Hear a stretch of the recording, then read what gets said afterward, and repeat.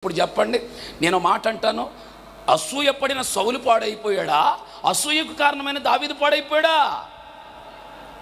సౌలే పాడైపోయాడు. అసూయ తన జీవితంలో ఎప్పుడైతే వచ్చిందో రాజ్య పరిపాలన మానేశాడు, భార్య బిడ్డలతో గడపటం మానేశాడు. అసూయ తన జీవితంలోకి వచ్చిన తర్వాత రాత్రి పగలు నిద్ర మానేశాడండి.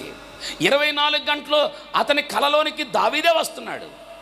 నేనన్నా, నువ్వు అసూయ పడితే ఎదుటివాడు నీ ఎదురుగా ఉంటాడు. ఒకవేళ అసూయ నీ దగ్గర ఉంటే ఖచ్చితంగా నేను కాల్ చేస్తాడు. అందుకే బైబిల్ చెప్తుంది కదా, మత్సరము నీ ఎముకలకు కుళ్ళు. ఎదుటివాడిని చూస్తే మత్సరపడకు, నీ ఎముకలకు కుళ్ళది. అసలు ఎందుకు పడాలండి బాబు? దేవుడు మనకిచ్చేది మనకిచ్చాడుగా. ఎవడికి ఇచ్చేసి వాడికి ఇచ్చాడుగా. ఎదుటివాడి గురించి సేవ గురించి అసూయపడి మనం ఏం చేయగలం?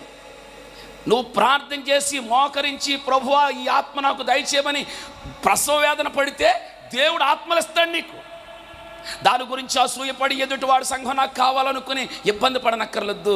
సౌలే పాడైపోయాడు. మీ అందరూ నువ్వు మాట అడుగుతాను చెప్పండి, ఇనుమును ఎవరు పాడు చేస్తారో?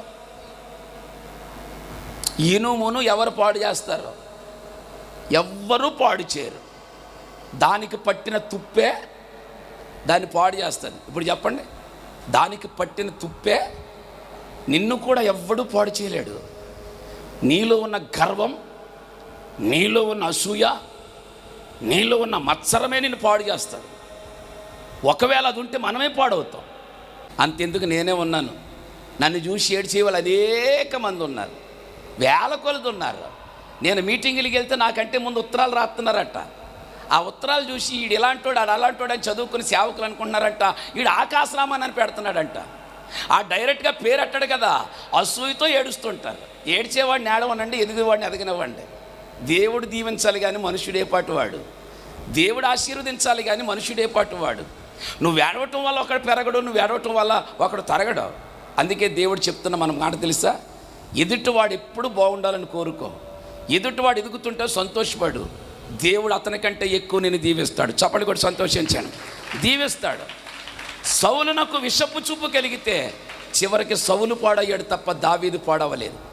అన్నయ్యలకు విషపు చూపు అసూయ కలిగితే అన్నలు పాడయ్యారు తప్ప యోసేపు పాడవలేదు. ఇది గుర్తుపెట్టుకోండి. ఇలాంటి బాణాలు మీ మీద ఉంటే గనక సంతోషించండి, సర్వశక్తుడు నిన్ను దిట్టపరచబోతున్నాడు. ఆమెను చెప్పండి ఒకసారి. యోసేపుకు తోడై ఉన్న దేవుడు నీకు తోడై ఉండబోతున్నాడు. సరే, అక్కడి దాకా తీసుకెళ్ళింది అసూయ బాణం. ఈ లోపల అన్నయ్యలు చూద్దామని వస్తున్నాడు యోసేపు. వస్తుంటే అన్నాడు, రే కలలుగానే వాడు వస్తున్నాడు రా, వాడిని చంపేద్దామన్నారు. అసూయ చంపడానికి తీసుకెళ్ళిపోయింది.